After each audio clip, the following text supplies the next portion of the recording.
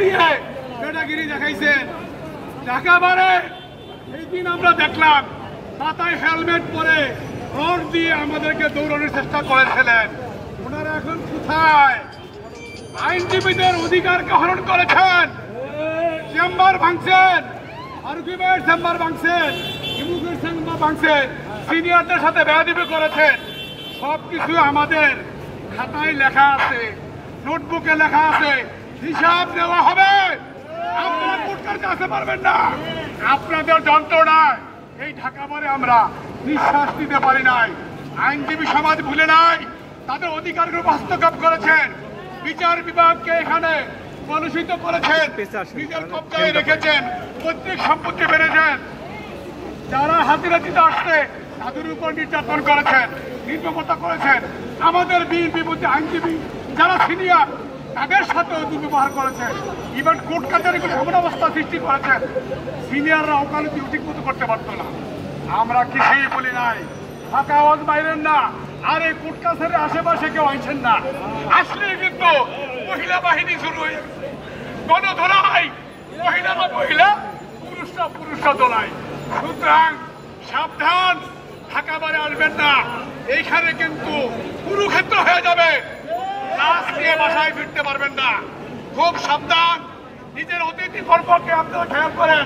যারা এখানে গুন্ডামি করেছেন, পিস্তল নিয়ে ঘুরেছেন, হেলমেট নিয়ে ঘুরেছেন, রড নিয়ে ঘুরেছেন, তাদের কিন্তু খবর আছে, তাদের ভিডিও ফুটেজ আছে। ধরে ধরে গণতলাই দেব, পুলিশে দেব। এখন কিন্তু আপনাদের মতো সবই এখন আমগর কথা শুনে। সেনাবাহিনী কিন্তু এখন আমগরকে স্যালুট দেয়, পুলিশের স্যালুট দিবে। আপনাদের বাংলাদেশে আসমুর রব সাহেব একটা কথা বলেছিলেন যে কলেরা রুগী মারা গেলে রুগী মারি দেয়, খেতা বালিশও ফালাই দেয়। শেখ হাসিনা গেছে, পুলিশও গেছে, সবই গেছে, র্যাবই গেছে, আওয়ামী লীগ গেছে, খেতা বালিশও লগে রয়ে গেছে। আসলে গেরি মানুষের কথা একটু দেরি হইল ফলে খেতা বালিশও নাই। এখন এই যে একটা যানজটি আছে, আমেরিকাতে কোথায় যায় পড়ে রয়েছে জয় বাবা লোকনাথ। একদিন বলে আপনাদের দায়িত্ব আমার না, আমার মায়েরও না, আমার খেলারও না। আবার বলে না, এদেরকে মাইচুর করতেছেন, আমরা আসিতেছি বইলা গোপালগঞ্জে এখন টি-20 চলছে। আলবেট কেমনে 40 বছর তার মাদার ব্যথাই যাইব না।